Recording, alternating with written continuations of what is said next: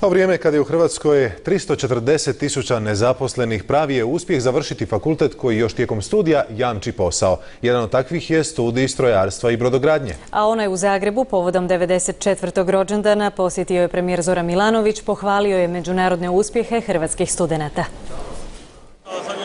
Fran i tim studenata zrakoplovstva s ovim su malim laganim avionom sudjelovali na svjetskom natjecanju tehničkih fakulteta. Borili su se čiji će ponijeti najteži teret i osvojili 4. mjesto. Prvo mjesto su osvojili Njemci, drugo i treće Kinezi, a mi smo bili 4. Tako da dosta dobar međunarodni uspjeh. Studenti strojarstva nemaju velikih problema u traženju posla. Po one najbolje, tvrtke same dolaze na fakultet.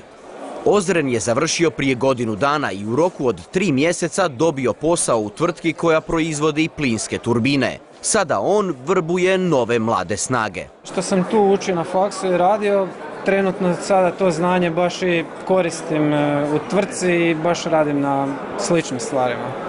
Tako da sam vrlo sam zadovoljan. Zadovoljan je studentskim projektima bio i predsjednik vlade Zoran Milanović. Na premijera je dojam ostavila studentska formula s kojom se također natječu na međunarodnim natjecanjima. S ponosom ističete da ste u konkurenciji 101 bolida bili 24. Obično je takav pristup u Hrvatskoj izložen ruglu. Štak nisi osvojio zlatnu, ni srebrnu, ni brončanu medalju. Međutim, biti 24. u disciplini u kojoj se prijavilo samo 100 kandidata, to je puno. Uz inženjerske projekte studenti nađu vremena i za veslanje, pa fakultet želi kupiti čamac. Premijer im je na kraju govora poručio nešto drugo. Ovaj brod koji ćete kupiti, sagradite ga.